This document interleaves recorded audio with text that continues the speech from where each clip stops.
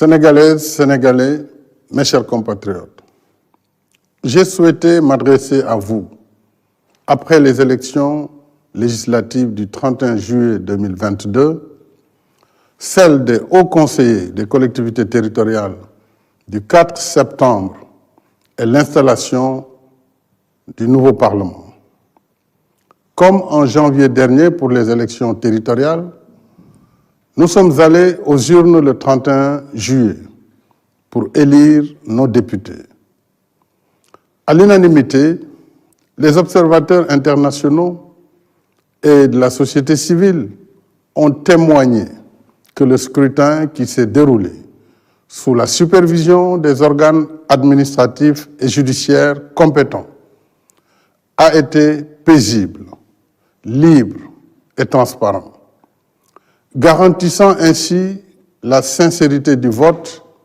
et la crédibilité des résultats. Le mérite vous revient, mes chers compatriotes. Grâce à votre participation citoyenne, dans le calme et la sérénité, notre pays a confirmé sa tradition de démocratie majeure et apaisée. Cela fait notre honneur et notre fierté. Je vous en félicite.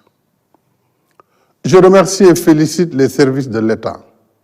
les organes de contrôle, ainsi que les forces de défense et de sécurité, pour la parfaite organisation du scrutin en pleine saison des pluies, 6 mois seulement après les élections territoriales. J'y associe les acteurs de la société civile et des médias, dont l'implication active a contribué à la crédibilité des opérations électorales. Aux députés élus de toutes les formations politiques,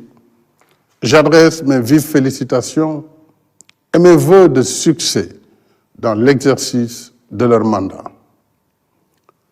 J'ai également une pensée pour les candidats non élus et les députés sortants. Le renouvellement du mandat électif étant l'essence de la démocratie, la composition de la nouvelle Assemblée reflète la liberté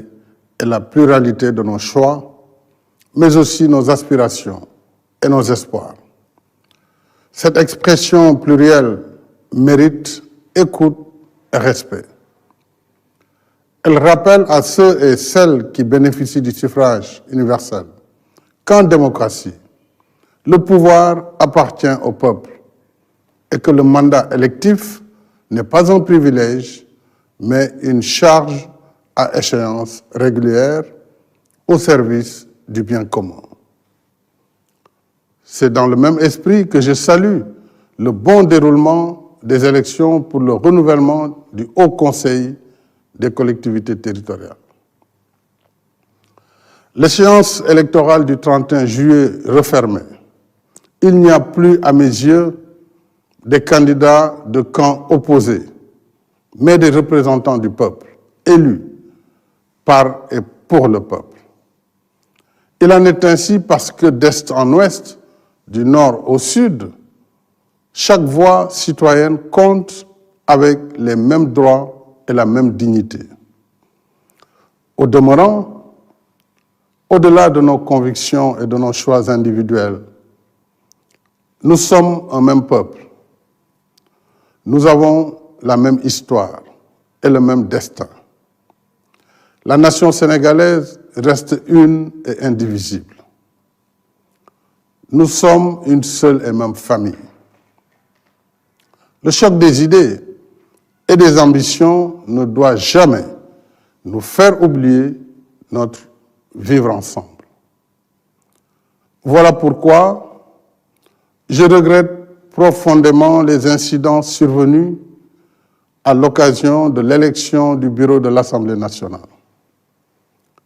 Le spectacle désolant auquel certains se sont livrés dans l'enceinte de la représentation nationale, en détruisant du matériel et en violant la sacralité des lieux,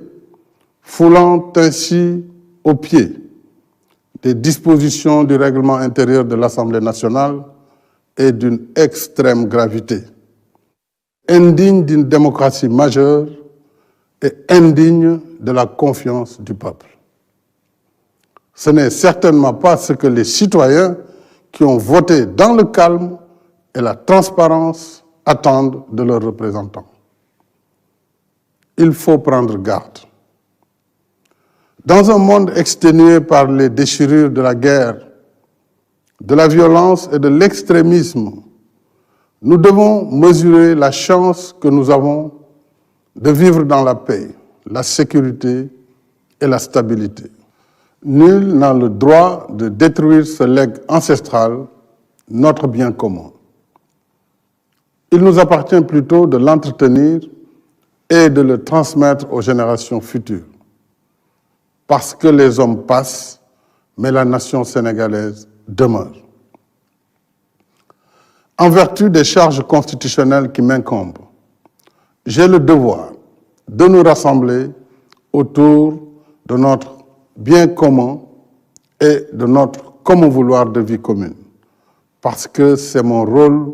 de garant de l'unité nationale et du fonctionnement régulier de nos institutions. J'ai la conviction que c'est aussi le choix que vous avez exprimé, mes chers compatriotes, en votant dans le calme et la sérénité. Par ce vote, vous avez réitéré votre attachement à la paix, contre la violence sous toutes ses formes, parce que la nation reste unie au-delà de ses diversités et pour que nos institutions continuent de fonctionner sans entrave.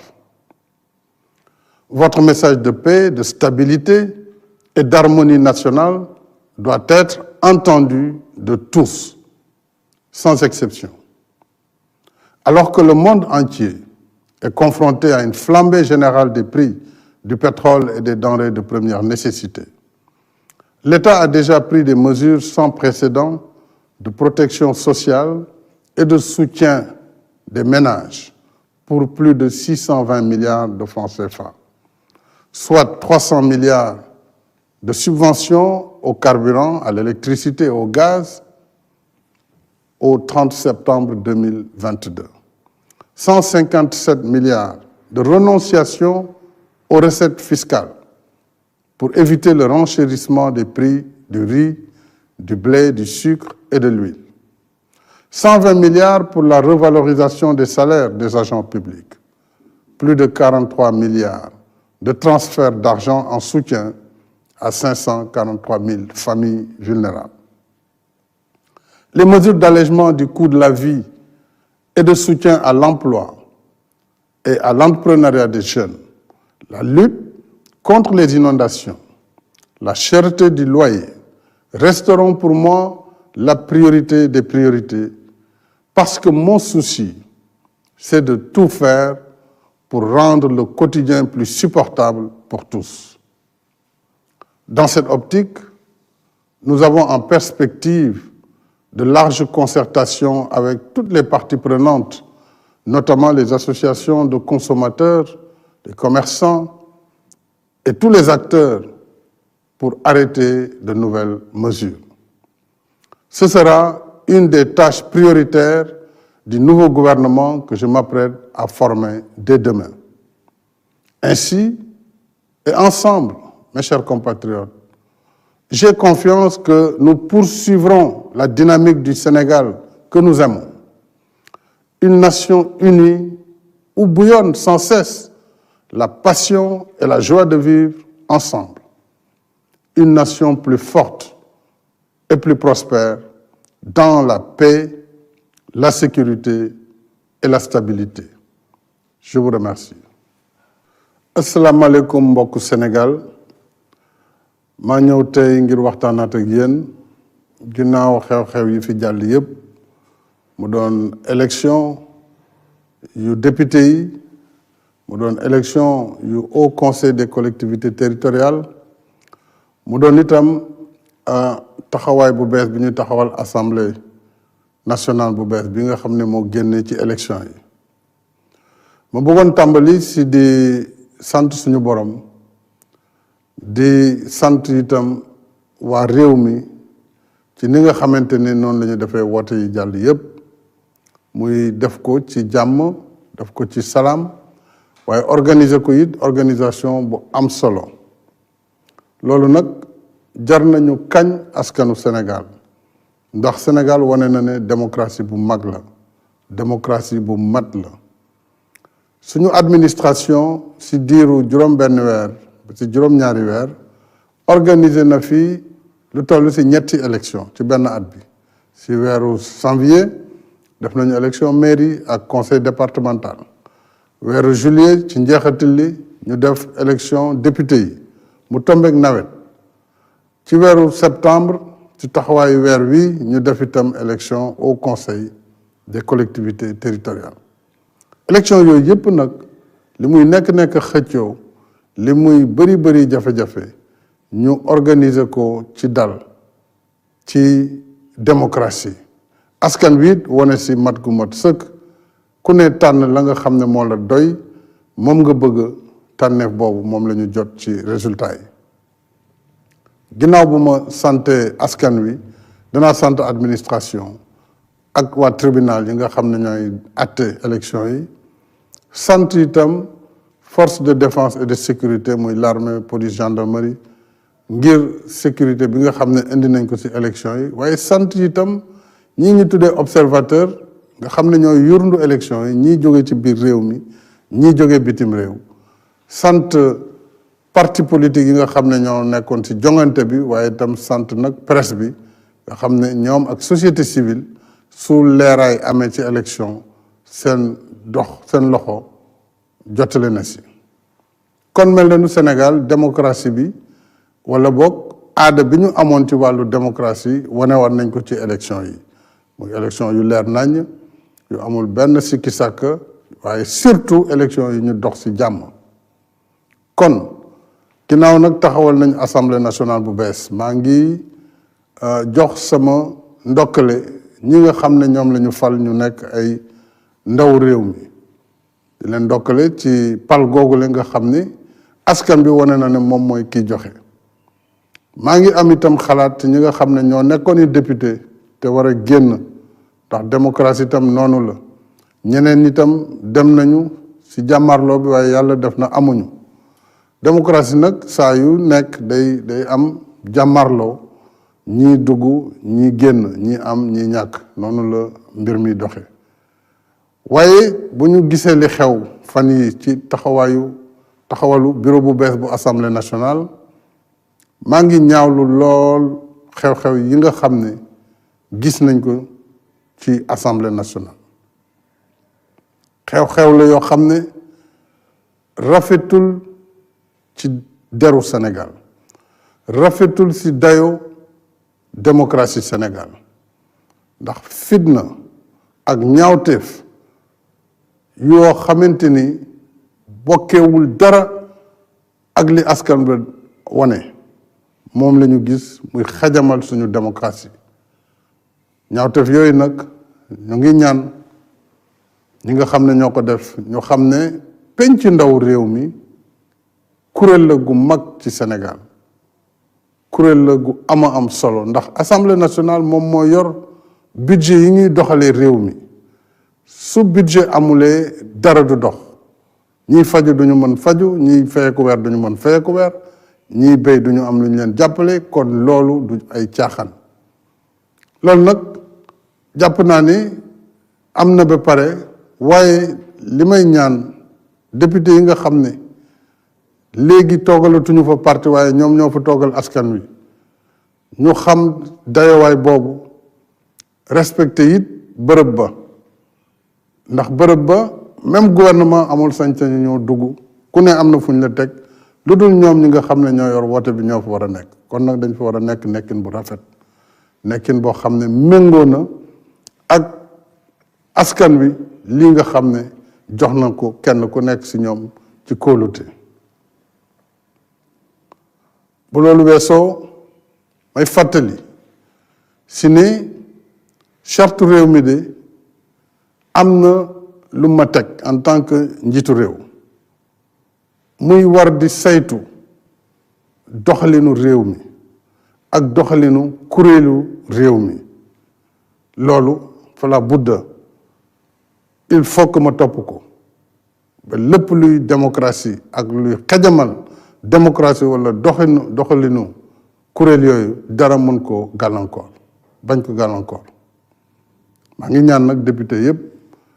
ñu taxaw seen taxawaay na ko assemblée nationale yëpp doon defee depuis indépendance gis nañ fi façon débat bu nekk kenn ku ne lay sa xalaat lay sa bëgg-bëgg mën nga ko wax te doo yàq mën nga ko wax te doo xeex loolu nag mooy li nga xam ne maa ngi koy ñaan ngir ñu mën a jublu ci liggéey ndax